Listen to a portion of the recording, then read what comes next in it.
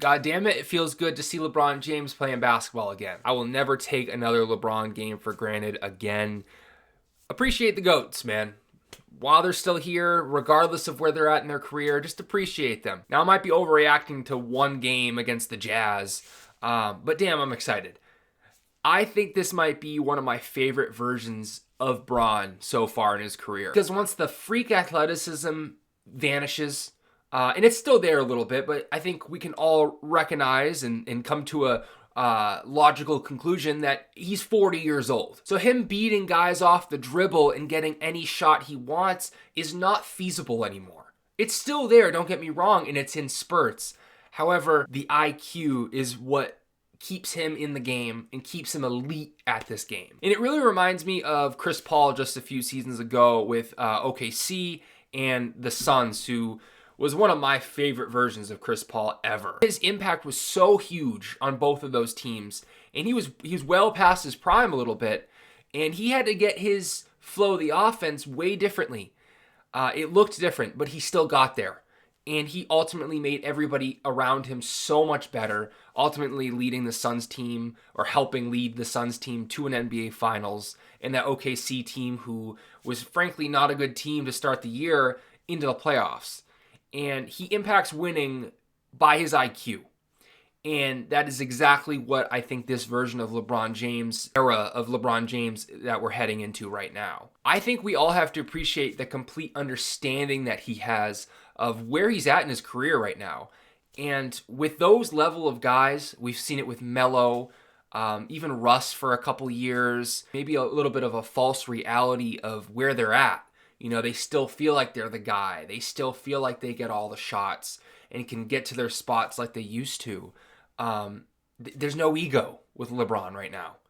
He completely is bought in to this team prioritizing Luka and Austin Reeves. And I think he understands that for this team to reach its fullest potential, those are the guys that the offense kind of needs to run through.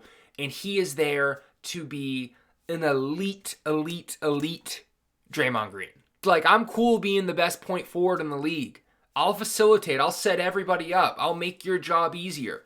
He made Jackson Hayes look amazing last night. He made Jake LaRavia look amazing last night, who's been amazing. DeAndre Ayton, too. I think this might be one of the most unique big threes in NBA history. And yes, I'm going to include AR in that because he's been that damn good. All-star level guy. Carried them. They're 11-4 right now. And they just got LeBron back. Luka's been out a couple games. AR has been out a couple games. Like, it's just a committee over there right now. And Austin Reeves and Luka have been that engine so far.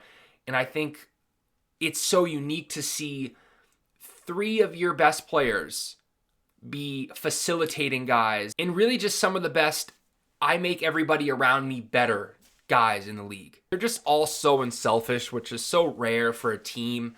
And I think that's what's going to catapult them to be a tight-knit group this year.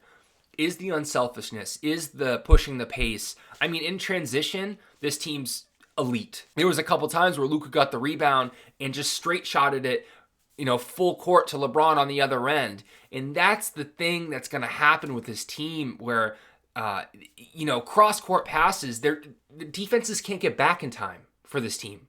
They're going to be lobbing it already to DeAndre Ayton, who's been phenomenal. Phenomenal. Pace is going to be the name of the game for this team going forward. Because defensively, they're still not great. DeAndre Ayton as your anchor's kind of been struggling a little bit. He's got a pretty bad defensive net rating right now. I think it's like -14. So maybe that's something they address at the deadline. If not, and maybe JJ Redick can kind of implement, maybe some more zones. Or they looked a little bit better defensively last night with LeBron in there. Granted, it's the Jazz. But, I mean, they did allow Keontae George to absolutely ball out. Laurie, too. I just don't think they really have the players for that right now. But it's okay, because they're getting it done right now. They're 11-4, like I mentioned. This is by far one of my favorite Lakers teams of recent memory. I think a couple people have also mentioned this, that it doesn't feel like a Lakers team. It definitely has like the Lakers player feel. Guys like Marcus Smart, DeAndre Ayton, bigger name guys who are a little bit past their prime, that they can get on like steals of a contract. However, just the cohesiveness of this lineup and just this whole team in general doesn't feel like a Lakers team. And I think a lot of that has to do with JJ Redick as their head coach as well. This is like the first time that there's not like a head coach talk over there where like you have your guy and you have your guy right now. The players love him. He's getting his guys to play for sure. And the Lakers offense is elite so far. JJ is undoubtedly one of the best coaches at putting his players in the correct spots for them to be their best. Again, DeAndre Ayton has looked phenomenal. Playing him at that dunker spot with Luka coming off pick and rolls and a little bit more actions so you can kind of free up, lob spaces for DeAndre Ayton or, off the slip screens. He's got a decent mid-range too. They put him in a lot of pick and rolls, which is, very beneficial for that offense, especially in the half court where in transition, they're going to get downhill, they're going to move the ball, and that's going to be no problem. I think that's just natural basketball instincts at that point. And they have 3 of the best guys in the league at that. So I think this is just a great recipe for the Lakers right now. Now, do I think it's like super sustainable?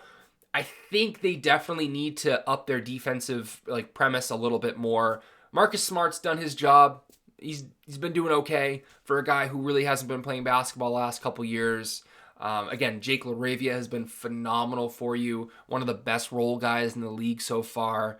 Kind of filling that Dalton Connect role right now, who I thought would be a little bit more important in this roster. Rui's kind of been disappointing too. He has his moments here and there, but for the most part, I feel like you kind of need a little bit more out of him. Defensively, he's been okay. Jared Vanderbilt, who's been one of your best defensive guys, has looked abysmal offensively. And JJ hasn't played him in the last 2 games, quite frankly. And, I'm not mad at it because, the offense is cooking and that's how they're winning games right now. But there is going to need to come a time in the point of the season where he kind of figures it out and he's able to stay on the court. Because I do think they need his defensive presence at some point. But, again, he's been unplayable. Is that something they address at the deadline as well? Who knows? They're always good for, the buyout market or, a name here and there. It's still the Lakers. They're still in all the trade talks.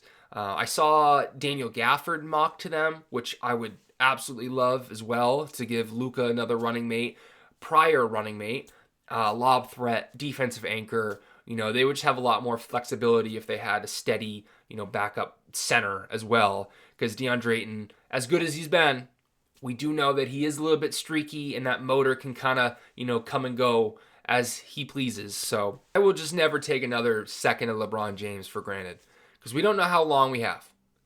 And I'm going to appreciate the GOATs while they're still here. I will never miss a Kevin Durant game again. I will never miss a Steph Curry game again.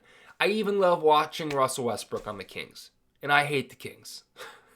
There's not much to watch over there, but I will watch because of Russ. So I'm appreciating the GOATs while they're still here. I think this new version of LeBron is arguably one of the coolest ever. It's so cool to see him in a point forward, facilitating type of role, because that's always been an area of his game where when he was dominant, he always made guys better. And he always he was always a willing passer. He always made the right play.